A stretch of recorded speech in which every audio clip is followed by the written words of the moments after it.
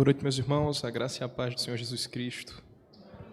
Hoje certamente é um dia de muita alegria, em que passamos pelo processo eleitoral, temos os nossos presbíteros, diáconos, também das nossas congregações, e eles certamente são heróis para nós, homens que ajudam o avanço do Evangelho, o avanço da igreja.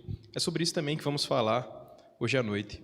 Sem mais delongas, queria pedir que você abrisse a sua Bíblia no livro de Juízes, no capítulo 10. Um texto muito curto, mas que tem muito a falar ao nosso coração.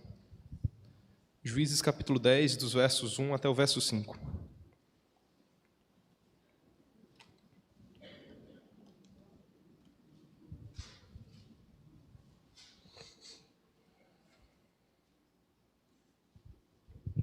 Diz assim a palavra do Senhor. Depois de Abimeleque se levantou para livrar Israel, Tola, filho de Puá, filho de Dodô, homem de Issacar, e habitava em Samir, na região montanhosa de Efraim.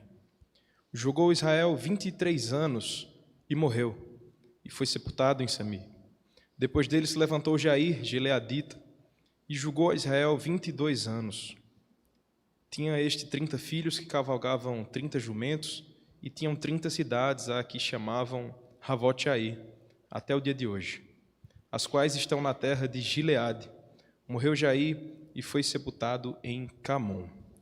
Você provavelmente já ouviu falar de homens como D.A. Carson, um grande pastor renomado do Canadá, mas que prega em conferências por todo o mundo. Certamente você já viu algum material dele, algum livro dele. E este é um dos homens que, para o nosso tempo, é um dos heróis da fé. É um grande pastor que tem promovido a teologia reformada, uma teologia saudável e bíblica, que muitos de nós somos abençoados por ele. Há diversos vídeos de sermões, de trechos explicando, respondendo perguntas na internet. E através da vida de um homem como ele, nós certamente somos abençoados. Mas você deve ter reparado que esses líderes que a gente leu aí no livro de Juízes certamente não têm tanto destaque. Não são homens tão brilhantes que você certamente não lembra da história deles tão facilmente. O livro de Juízes, contextualizando, é uma trama maravilhosa, mas muito dramática, muito sombria, muito obscura, de diversos líderes, diversos governantes de Israel, antes do período dos reis. Então, é um período de transição em que vão sendo levantados homens de cada tribo. Como você deve perceber, as tribos, os juízes não têm um governo por sobre todo o Israel, mas especificamente sobre alguma tribo, como nós vimos aí no texto. O primeiro era da terra de Efraim e o segundo de Gileade. E esses dois, em especial, eles não são tão conhecidos. Se as crianças ainda estivessem por aqui, a gente poderia conversar com elas sobre os juízes, e a gente ia ouvir nomes como Sansão, talvez como Débora e Baraque, como Gideão, como Jefté, Otniel, Eude, mas Tola e Jair dificilmente são lembrados. São homens esquecidos, mas que certamente também participaram do avanço do povo de Deus. E esse é o tema que nós vamos trabalhar hoje aqui. Como avança o povo de Deus? Esses dois homens vão nos mostrar, através da sua vida simples, das poucas palavras que há sobre eles nas Escrituras, mas que através deles também o povo de Deus avança, o povo de Deus caminha. Se você lembra, no livro de Juízes, há um ciclo que se repete quase que a cada capítulo. Os homens, eles primeiro sofrem diante de inimigos, Israel faz o que é mal perante o Senhor, depois vêm inimigos e punem a Israel, depois Israel se arrepende e clama ao Senhor. Nesse período do clamor, o Senhor levanta um juiz. Esse juiz julga os inimigos, expulsa os inimigos, e novamente Israel cai naquele ciclo. Faz o que é mal perante o Senhor, vêm outros inimigos, e assim durante todo o livro. E essa é a saga do livro de Juízes. Mas queria te acrescentar uma informação. É uma saga que vai ficando cada vez pior. Se você começar a olhar do capítulo 1, a história ainda está aceitável. As coisas ainda são agradáveis. No primeiro capítulo, a missão é simplesmente expulsar o pessoal estranho, que não era da terra de Israel, mas que estava por lá. A missão era só expulsar eles. E eles falharam nessa missão. A partir do capítulo 2, as lutas vão começar a ser travadas, vão haver juízes, e esses juízes vão falhar cada vez mais em libertar o povo de Israel. E essa é a tônica da história. As frases mais repetidas no livro de Juízes são as seguintes: naqueles dias não havia rei em Israel. Cada um fazia o que achava reto aos seus próprios olhos. Essa é a tônica que vai ser repetida durante todo o livro. Em todo o livro de Juízes a gente escuta essa mesma mensagem. Naqueles dias não havia rei em Israel. Cada um fazia o que era reto aos seus próprios olhos. E se você prestar atenção, nós vamos perceber no primeiro versículo, e apenas nele, que o povo de Deus avança em tempos de guerra ou tempos de paz. O nosso tema é esse: como o povo de Deus avança. E o primeiro versículo já nos mostra isso. O povo de Deus avança em tempos de guerra ou tempos de paz. Olhe novamente aí para o primeiro verso, ele diz o seguinte: depois de Abimeleque, que se levantou para livrar Israel, Tola, filho de Puá, filho de Dodô, homem de Issacar, e habitava em Samir, na região montanhosa de Efraim. Não sei se você percebeu, mas quando eu fiz uma breve demonstração do livro de Juízes, eu não mencionei Abimeleque. Abimeleque não é um juiz de Israel. Ele não foi um dos juízes. Pelo menos Deus não o escolheu para ser juiz. Mas Abimeleque, ele se escolheu para ser juiz. Preciso te lembrar um pouco dessa história. É a parte talvez mais sombria e violenta das tribos de Israel. Abimeleque é o filho de Gideão. Gideão, sim, havia sido escolhido para ser um juiz. Deus chamou Gideão. Talvez você lembre aí de alguma das histórias com Gideão, em que uma hora o algodão está seco e ao redor fica molhado, depois o redor fica seco e o algodão fica molhado. Você talvez lembre disso. Gideão, ele experimentou da graça de Deus. Ele foi um homem usado por Deus para libertar Israel por muito tempo. Mas, se você lembra também da história, ele passou a se vangloriar em certo ponto. Batia no peito e dizia: olha, eu que libertei vocês, vocês devem me reverenciar. Eu que enfrentei os inimigos e vocês hoje estão desfrutando de liberdade porque eu fiz isso. Então o povo de Israel tentou dizer: Gideão, já que você fez tudo isso, seja rei sobre nós. Ele disse: não, meu trabalho não é ser rei. Mesmo que com as atitudes dele, ele estivesse querendo ser rei, mas com a boca ele dizia que não seria. Então Gideão, nessa maré de pecados, casou com diversas esposas e teve exatamente 70 filhos. Depois de seus 70 filhos nascerem, ele teve mais um filho com uma concubina. Esse de número 71, que não era com uma de suas esposas, mas com a concubina, foi chamado de Abimeleque. Abimeleque em hebraico significa meu pai é o rei. Isso já quer dizer muito sobre o coração de Gideão, que antes dizia que não seria rei, agora ele coloca o nome do filho dele, meu pai é o rei. E esse homem Abimeleque, sem dúvidas, foi um dos mais sanguinários de todos os juízes sobre Israel. Para chegar no poder, ele fez o seguinte: ele viu a situação, ele tinha 70 irmãos que certamente teriam mais moral do que ele para poder ascender ao trono, ao governo em Israel, e olhou para os homens e disse: olha, eu tenho 70 irmãos, vocês vão querer ser governados realmente por 70 pessoas? Acho que é melhor que seja uma pessoa, um só homem, um mais valente, que domine Israel. Então ele contratou um exército particular, chamou os seus irmãos para um determinado local, e ali ele assassinou um por um dos seus irmãos. Esse é Abimeleque. E a história não para aí. Em determinado momento, os conflitos foram aumentando e Abimeleque chegou à situação de ser chamado de espinheiro de Israel, porque ele só trazia dor, sangue sobre Israel. Abimeleque, ele enfrentou um homem chamado Gael e ali ele encontrou finalmente alguém que era tão difícil quanto ele. Nas lutas que ele travou contra esse homem, ele precisou fugir em uma delas. E disse: bom, como eu já estou perdendo essa batalha, como já não estou ganhando mais contra esse homem, vou fazer o seguinte: eu vou queimar todos os campos aqui e eu vou matar todo mundo de fome. Detalhe, ele não estava matando um inimigo de fome, mas o seu próprio povo. Então, Abimeleque era tão sanguinário, tão violento, que nem do seu próprio povo, aqui ele se nomeava rei, ele teve compaixão. Ele matou, inclusive, o seu próprio povo de fome. E como é o final da história de Abimeleque? Abimeleque, depois de sua fuga, chega em um local em que havia 2 torres. Na primeira torre havia alguns sacerdotes, ele coloca fogo naquela torre e mata todos os sacerdotes impiedosamente. Na segunda torre, quando ele está prestes a colocar fogo também, uma mulher que a Bíblia não dá o nome, que não fala nada sobre a sua história, sua procedência, simplesmente atira uma pedra de cima da torre e essa pedra acerta em cheio no crânio de Abimeleque. Uma morte totalmente humilhante para um homem que se gabava de ser tão grande, para um homem que tinha tão grandes feitos militares, que se dizia tão potente e poderoso. Uma mulher aleatória, sem nome na Bíblia, lança uma pedra e mata aquele homem. Mas antes de morrer, ainda com sua arrogância, ele olha para o seu escudeiro e diz: não me deixa morrer dessa pedrada, enfia essa faca na minha barriga, para que as histórias sejam que eu morri numa batalha, e não com uma pedra. Assim você vê como era a situação de Israel no tempo de Abimeleque. Abimeleque fez um caos total. O povo estava lutando contra o próprio povo. O povo estava em guerra contra si mesmo, havia fome, havia miséria. E é aí que a gente chega nessa história. Ele diz: Depois de Abimeleque se levantou para livrar Israel. Para livrar Israel é um texto que vai acontecer, uma palavra que vai aparecer diversas vezes no livro de Juízes. Como eu já disse, o ciclo é aquele: os homens de Israel pecam contra o Senhor envia inimigos, depois dos inimigos o povo clama ao Senhor, quando o povo clama ao Senhor, o Senhor envia um libertador.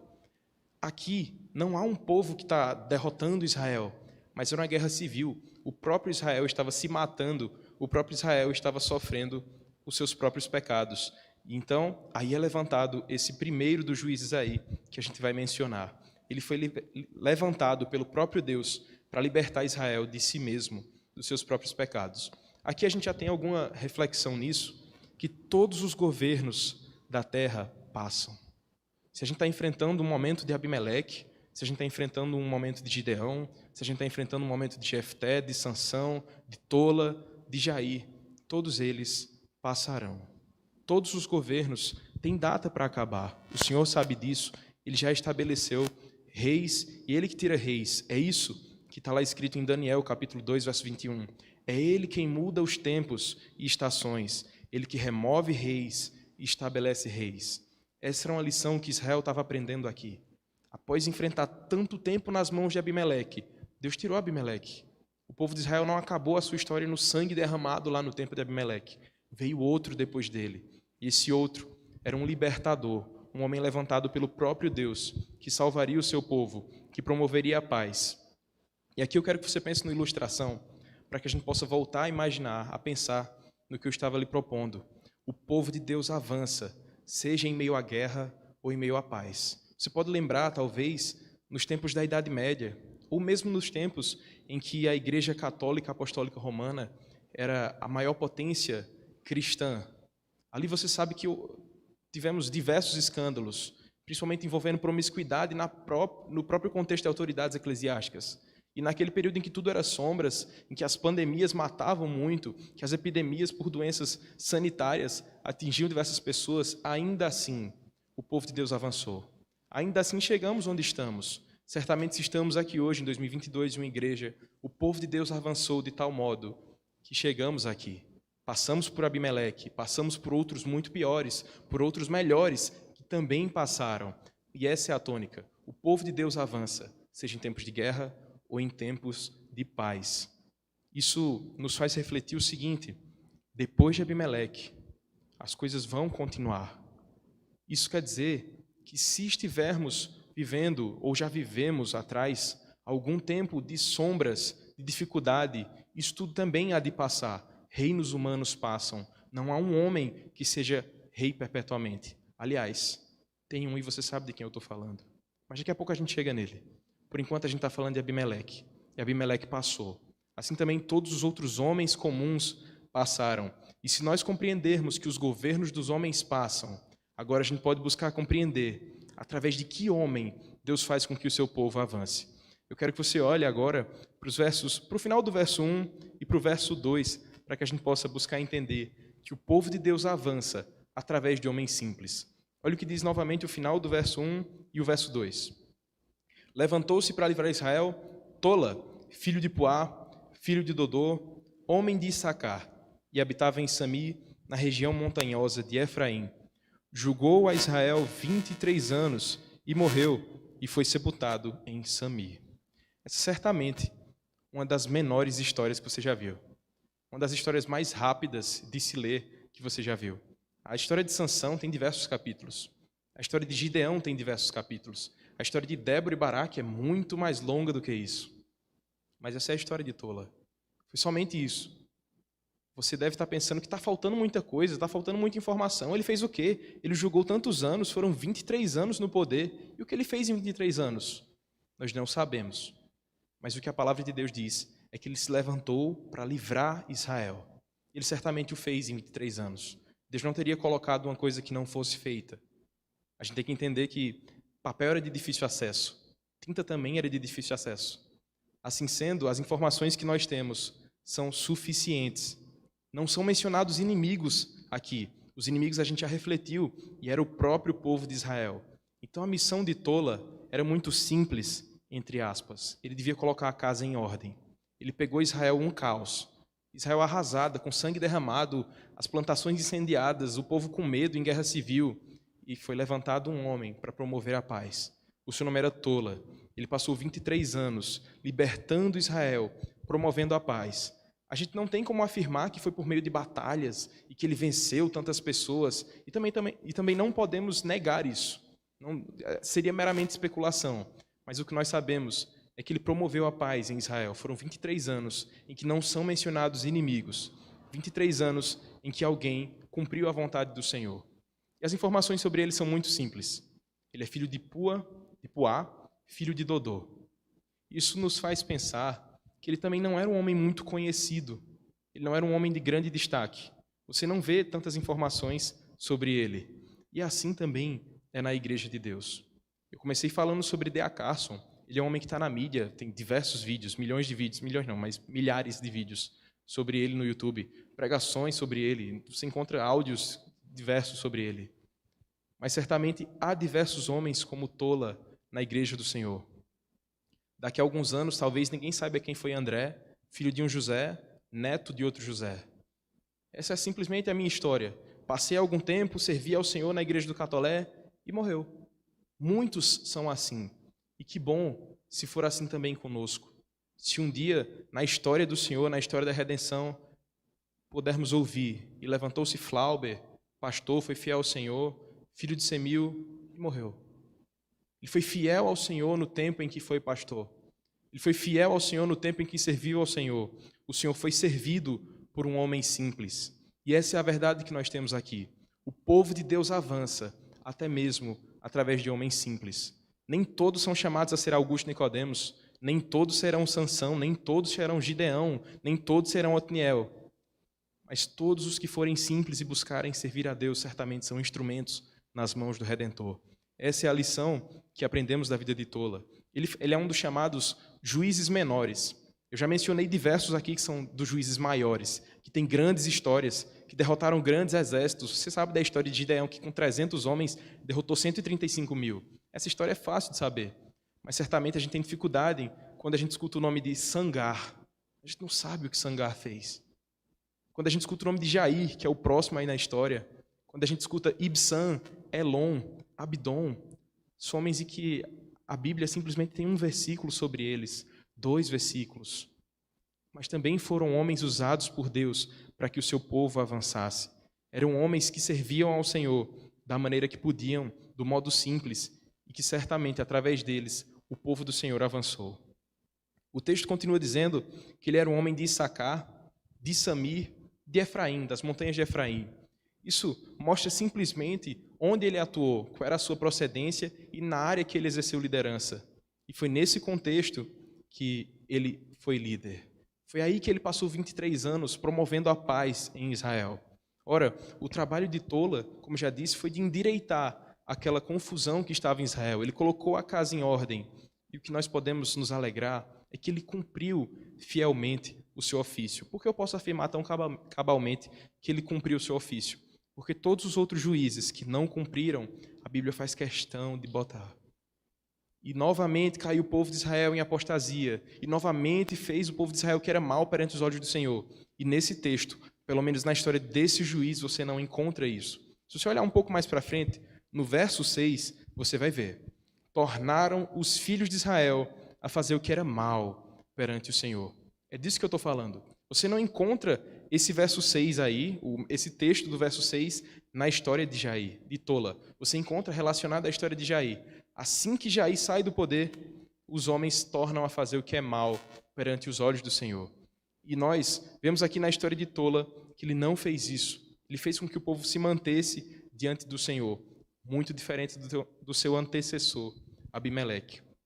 Aqui nós temos uma breve ilustração de que nossos pastores, nossos políticos, nossos governantes, seja quem for, são apenas nota de rodapé na grande história da redenção. São homens que vêm, fazem alguma coisa boa ou alguma coisa ruim e passam. Nós não somos crentes por causa do pastor Flauber. Nós não somos crentes por causa do próximo pastor que virá, do pastor que veio antes do pastor Flauber. Nós somos crentes por causa do Senhor. O povo de Deus permanece avançando por causa do Senhor. Os homens que estão aqui nesse púlpito são meramente instrumentos. e se aprouver ao Senhor, em dado momento, sairão, terminarão as suas carreiras, as suas jornadas, e o povo do Senhor vai continuar avançando.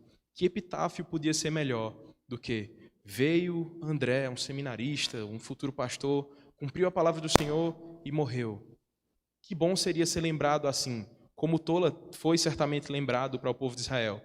Foram 23 anos de paz, 23 anos em que a igreja pôde cultuar o Senhor, em que não houve abominação em Israel, em que não houve, tornaram a fazer o que era mal perante os olhos do Senhor.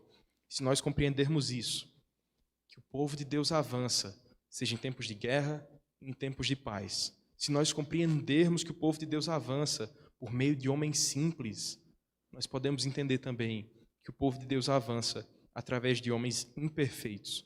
É isso que nós veremos no do verso 3 ao verso 5. Leiamos juntos o que ele diz aí. Vamos ler do verso 3 ao verso 5. Depois dele se levantou Jair, gileadita, e julgou a Israel 22 anos. Tinha este 30 filhos, que cavalgavam 30 jumentos, e tinham 30 cidades, a que chamavam Ravote Jair, até o dia de hoje, as quais estão na terra de Gileade. Morreu Jair e foi sepultado em Camon. Certamente é uma história com muito mais detalhes do que a história de Tola, mas ainda é pouco. É uma história que tem algumas minúcias, alguns detalhes, mas que certamente não daria para escrever grandes livros sobre a vida desse homem. E esse homem chamado Jair, ele tem certamente mais prosperidade do que Tola. Tola você não viu mencionar filhos, não tinha jumentos na história, não tinha cidades. Essa é a história de Jair, um gileadita, que governou também durante 22 anos. Em 22 anos, muita coisa acontece. Ora, a gente fica tão preocupado por eleições que duram apenas 4 anos, e depois vem outro, mais 4 anos, e outro, e mais 4 anos. O que seria 22 anos com o mesmo homem na nossa terra? Eram 22 anos com um governante em Israel. E não é dito o que ele fez, mas a gente pode fazer algumas inferências sobre aquilo que ele fez na terra de Israel. Ele teve 30 filhos, 30 jumentos, 30 cidades. Aos casados, eu gostaria que vocês pensassem como seria fácil ter 30 filhos. Provavelmente, entende-se que não foi apenas com uma esposa que ele fez 30 filhos. Ele não teve 30 filhos simplesmente com uma mulher. Assim como foi também com Gideão, que teve 70 filhos, e depois o de número 71 com a concubina. A gente já vê que os líderes de Israel estavam voltando novamente a serem perfeitos. O pecado estava novamente na liderança de Israel. O próprio Jair buscava outros casamentos, ou outras esposas, outros filhos, de forma que talvez Jair estivesse buscando pelo seu próprio braço, pela sua própria força, promover paz em Israel, esquecendo que, na verdade, é o próprio Deus que faz com que a paz aconteça em Israel. Assim o texto continua, que ele tinha 30 filhos, 30 jumentos, 30 cidades. Isso quer dizer que o poder dele era muito mais espalhado do que o seu líder anterior, Tola. Jair, ele espalhou o seu poder, espalhou o seu domínio, e esse domínio buscava a exibir todo o seu pecado. Ele buscava essa prosperidade, esse poder de forma pública, para que os homens vissem que ele era Jair. O termo que é usado é que ele tinha uma terra chamada Ravote Jair. Isso significa que aquela área ali se chamavam as vilas de Jair. Ele mesmo colocou o seu próprio nome na área em que ele governava. E esse foi Jair. Morreu e foi sepultado em Camon. Novamente, não são mencionados inimigos. Mas qual a questão aqui? O que aconteceu depois de Jair? Você já viu aí no verso 6. Depois disso, tornou a fazer Israel o que era mal perante os olhos do Senhor. Jair, ele não conseguiu promover a paz espiritual em Israel como o seu líder anterior fez. Nem mesmo com 30 filhos, 30 jumentos, 30 cidades, com uma família tão grande, homens tão potentes que tinham 30 jumentos e 30 cidades, ele foi capaz de proteger Israel do que viria. O que acontece aí após o verso 6 em diante, os midianitas vêm capturar Israel, vêm batalhar contra Israel. E não é Jair que liberta o povo. Não são os 30 filhos de Jair que libertam o povo. Não são os 30 jumentos nem as 30 cidades que fortalecem e protegem o povo. Mas é um homem chamado Jefté. Jefté é um homem que será levantado depois desses dois líderes. Um homem sem qualquer procedência digna. O povo desprezava Jefté. Ele era filho de uma prostituta. E esse Jefté, filho de uma prostituta, foi o homem que Deus usou para libertar Israel das mãos dos midianitas. Jair, ele recebeu Israel com 23 anos de paz das mãos de Tola, mas em 22 anos, certamente Israel foi caindo novamente, ao ponto de tornarem a fazer os filhos de Israel o que era mal perante os olhos do Senhor. Então, o que acontece depois de Jair? O povo cai novamente. O povo falha novamente. Reflete o que a liderança estava fazendo. Naqueles dias não havia rei em Israel. Cada um fazia o que era reto aos seus próprios olhos. Isso nos mostra que os juízes que temos, que os governantes que temos, que os pastores que conduzem a igreja são falhos. A nossa confiança não está neles. A paz que nós sentimos também não vem deles. O fato de a igreja estar bem ou mal não depende somente deles. Se vai mal, certamente nós temos culpa. Mas se vai bem, e graças a Deus por isso, é somente bondade do Senhor. Ele que é fiel e tem abençoado o seu povo. É isso que nós vemos aqui. Depois desses juízes, de todos eles, vem um juiz, um governante, bem lá para frente. Eu não estou falando de Davi, eu não estou falando de Salomão. Veio o juiz, o governante, o rei que não falhou, que não bagunçou a casa de Israel, mas que libertou definitivamente Israel dos seus inimigos. Esse é Jesus Cristo, o juiz perfeito. Ele não se deixou corromper. Ele não simplesmente teve uma história de que nasceu, era filho de José, filho de Maria e morreu. Muito pelo contrário, ele deu a sua própria vida pelo seu povo. Ele é o juiz perfeito, a qual todos os juízes tentaram buscar, tentaram imitar, mas falharam. Esses dois juízes aqui com uma história tão pequena apontam para um juiz, para um libertador com uma história muito grande. O nosso Senhor Jesus Cristo, Ele é o libertador. É por meio dele que nós avançamos, que a igreja do Senhor avança. Sim, a igreja do Senhor avança em tempos de guerra, em tempos de paz, avança com homens falhos, avança com homens simples e imperfeitos, mas avança especialmente por causa do bom Senhor Jesus Cristo, o Rei sobre a igreja, o Senhor sobre Israel, o Senhor de nossas vidas. Ele que faz com que avancemos. Ele é o nosso Senhor. E isso nos faz pensar a todos os líderes aqui presentes. Eu não estou falando somente líderes de ministério, mas principalmente vocês. Mas se você é líder, pelo menos do seu quarto, na sua casa, você também deve escutar isso. Cada um que lidera, cada um que ensina, cada um que se dedica, cada um que está à frente de alguém, de algum povo, de alguma família, saiba, você é falho, você é simples, a sua história não é tão grande quanto a de Davi, não é tão grande quanto a de Salomão. Mas mesmo se você for do tamanho de Tola e de Jair, o Senhor pode te usar. A grande história da redenção tem sido escrita desde toda a eternidade. E assim como Tola e Jair, homens que a gente mal conhece, há diversos outros homens nessas páginas que nós não lembramos a história, que nós não lembramos os nomes, mas que também são usados pelo nosso Senhor para conduzir o seu povo. Convém que cada líder, seja líder da sua própria casa, do seu lar, da sua família, de algum ensino, da UMP, da UPA, seja como for, se você está à frente do povo de Deus de alguma forma, saiba, o povo de Deus seguirá avançando. Apesar das suas qualidades ou apesar dos seus defeitos, o povo de Deus há de avançar, porque o Senhor garante isso. O Senhor tem cuidado do seu povo, tem cuidado da história do seu povo. Assim, chegamos a algumas aplicações, algumas reflexões sobre como podemos levar esse texto em nossas vidas durante toda a semana, para que podemos lembrar disso. Primeiro, muitas vezes, o inimigo do povo de Deus não vem de fora. A gente não precisa pensar que tudo é Satanás que está operando aí fora com seus demônios, tentando nos derrubar. O texto começa falando que depois de Abimeleque, muitas vezes o inimigo está dentro do povo de Israel. Muitas vezes somos nós que provocamos alguma contenda, algum dilema, algum problema dentro da casa do Senhor, dentro do convívio com os irmãos. A reflexão que esse texto nos proporciona é que o Senhor é o único e verdadeiro rei sobre o seu povo. Ele é o único que tem capacidade para colocar reis e tirar reis. Ele que há de promover a paz definitivamente.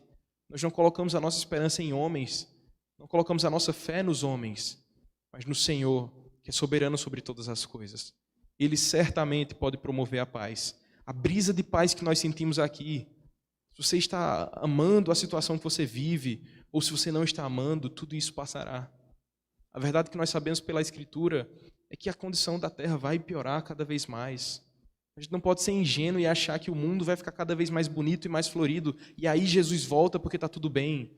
Muito pelo contrário, nós sabemos que o próprio Senhor Jesus disse que depois dele viriam guerras, rumores de guerras, doenças, e isso seriam sinais do fim. A verdade é que não fomos chamados para viver paz aqui. Muito pelo contrário, tudo isso passará. E só depois que tudo isso passar, nós desfrutaremos a paz com Cristo eternamente. É nele que reside a nossa esperança. É nele que está a nossa confiança. Assim, passamos ao segundo momento.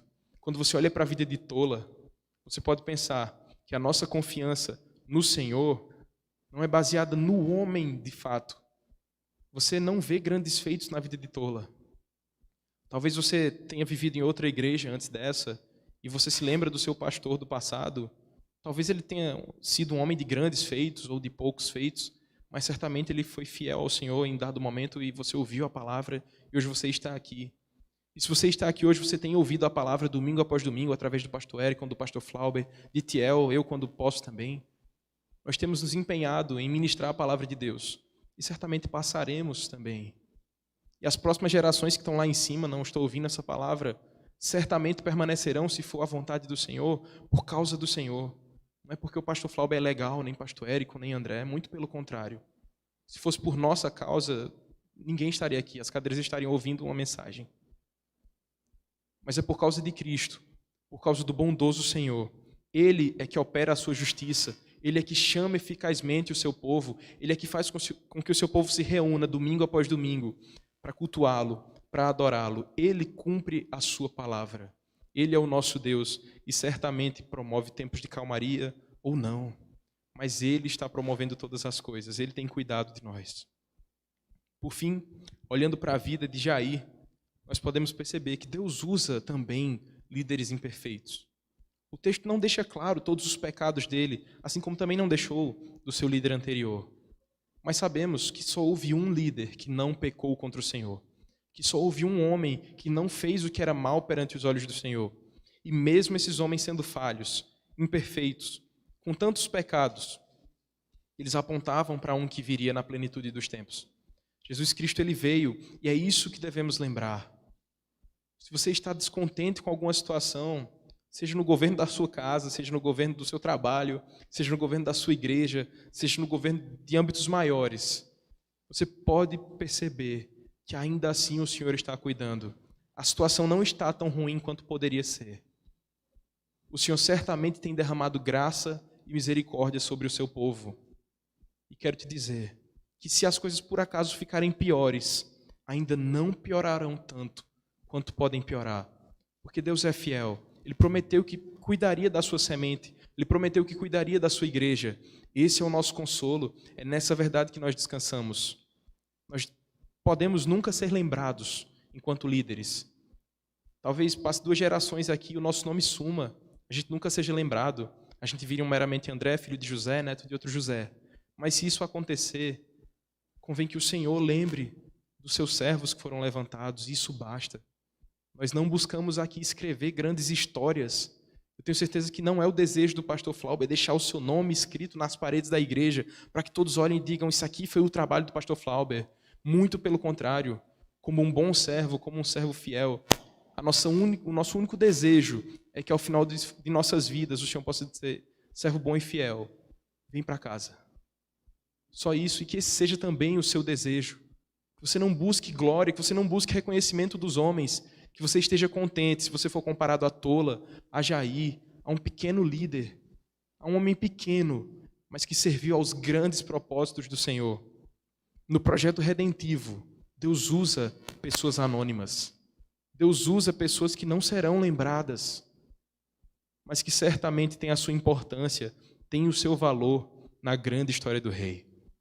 Você deve lembrar que eu comecei dizendo, você certamente já ouviu falar sobre D.A. Carson, um grande homem de Deus, que prega em grandes conferências aí ao redor do mundo. Eu podia trocar essa história para outro nome, sei lá, Hernandes Dias Lopes. Você já ouviu falar sobre Hernandes Dias Lopes? Sobre Augusto Nicodemos. Mas o próprio D.A. Carson, ele escreveu um livro sobre um pastor que provavelmente nós não conhecemos. O nome dele era Tom Carson, o famoso pai dele.